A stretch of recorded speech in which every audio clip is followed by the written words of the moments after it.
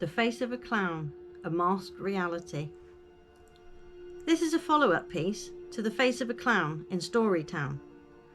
Within an hour of posting it, I was recommended to check out a YouTube channel with a series of vids on clowns being of the Nephilim origin. Even more interesting, as I was working on a piece called Myths, Monsters and Legends, where I mentioned the Nephilim. No coincidences go unnoticed. It's a rather intriguing subject, and seems is heavily tied in with Masonic symbolism. Clowns, jesters and tricksters. Lots of things are relevant, and without knowing it, I've been piecing this together too, over time. The Nephilim were apparently giants with very pale skin and red hair. It seems lots of ancient cultures have a depiction of sorts to giants, and modern culture has scaled them down, but kept the red hair and pale face. I mentioned a number of them in my previous article, but I hadn't really considered their extra purpose and imagery, even making more sense why the pantodames are exaggerated versions of women, because they are tricking the viewer. It's not meant to be a passable version, it's purposely overdone. They say nature warns you of danger with bright colours. Maybe we do the same through the medium of warning with costumes and a certain look and reading the body language like we used to. Who can say for sure? A theme of black and white stripes appears to follow it too, and zigzag patterns, noted for being a theme in David Lynch productions. But they are also the lines in hypnotising imagery, so there may be something to it. I need to give that a bit more investigation. But trying to entice children with bright colours, buffoonery and magic isn't a new thing.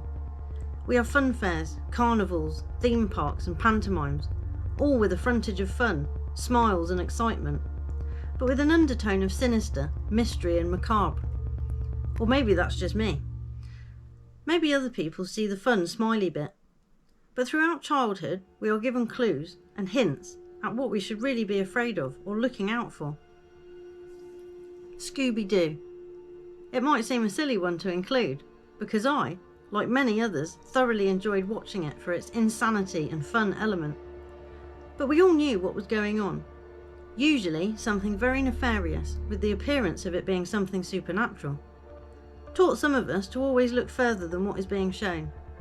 Other detective shows along the way after that probably helped, if you were inclined to watch them, as I was. Fairy tales and stories. These are obvious, and hopefully everyone who grew up reading them understood the undertone or message being given. And although in them something dastardly was always happening to the children, and it focused on them, I couldn't help but wonder of the adults in those tales. How it was that they came to be so weak, manipulated, or corrupted to be so evil or ambivalent to those children. Usually, the heroic efforts of the children gave me hope at the end, that there could be some good and justice, even when surrounded by evil. Just because it is bright and shiny, and children appear to be playing along, they are sometimes sharper than we give them credit for. How did we all spot the weird stuff as kids? Many didn't, but an awful lot did, and still do. When something isn't quite right, there is a spidey sense that goes off and means you have to pay attention, and ask questions and find out why an internal sensor went off. And seeing people's faces is very important usually to gauge someone's intent or general mood, which you cannot do when they are performing. Putting on an act is called so for a reason, because it is acting to a point. But at what point does it stop being an act, and the persona or alter ego crosses over and becomes the dominant force or personality? Expression of self is important, but there should be a self-governing line, because while you should be allowed to express yourself, others should definitely be allowed to either not approve or not pay any attention. Because I ask myself, how much of the recent weird crazes and societal issues or abnormal ideas we have would have been minimised if they didn't have a constant audience for it? The internet is the new mask of reality. We can hide behind it, reach out with it, get feedback, advice, distractions, and much more in seconds all day and night. And those who would be like the clowns of old don't always wear makeup. They don't need to.